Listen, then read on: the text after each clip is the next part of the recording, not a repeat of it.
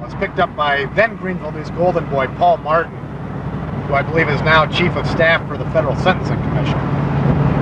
Anyway, Paul Martin picked me up at the airport, and I was driving me in for my interview, and he was pointing out some of the development here. And he goes, "Dave, someday soon, this town's going to be another Charlotte." And having just flown in from Chicago, my response was naturally, "Wow." So anyway, my very first story at the Greenville News was covering the opening of Interstate 385 here, then called the Golden Strip Freeway. Then Governor Dick Riley spoke. I got to meet some local dignitaries, and I wrote a pretty good story. I believe I used the phrase sun-baked asphalt. It was a very, very hot day. And that was in mid-October 1984. That was the very first story I wrote here. So it's when you moved down here. Yeah. And that, frankly, is a story I'm most proud of in my career.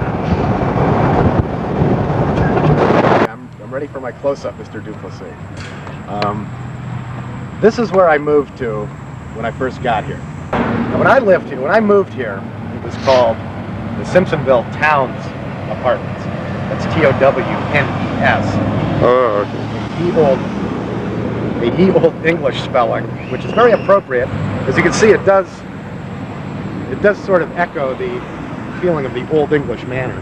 Anyway, it's here that I squandered the first 2.5 years of my life and career, covering the cities of Malden, Simpsonville, Fountain Inn, and also Woodruff in southern Spartanburg County. What do those cities comprise? They make up the Golden Strip, a 24-hour stretch of development here in southeastern Greenville County. Actually, they're sleepy bedroom communities, and I spent much of my time here scrounging for the 2-story-a-day quota we had to have here.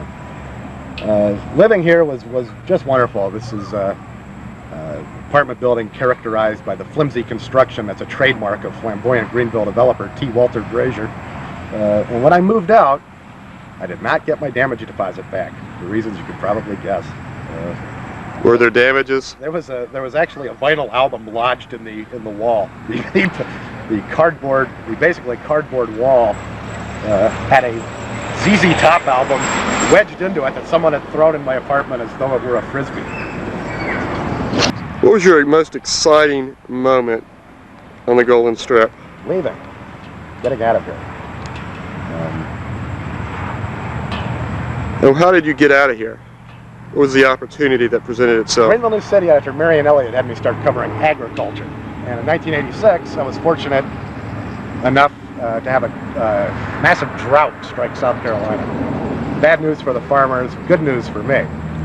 I covered the agricultural disaster here, the heat wave, the delivery of ice to Piedmont, the national coverage the drought got, and was brought into the newsroom in April of 1987. So I was here from October of 1984 until April of 1987.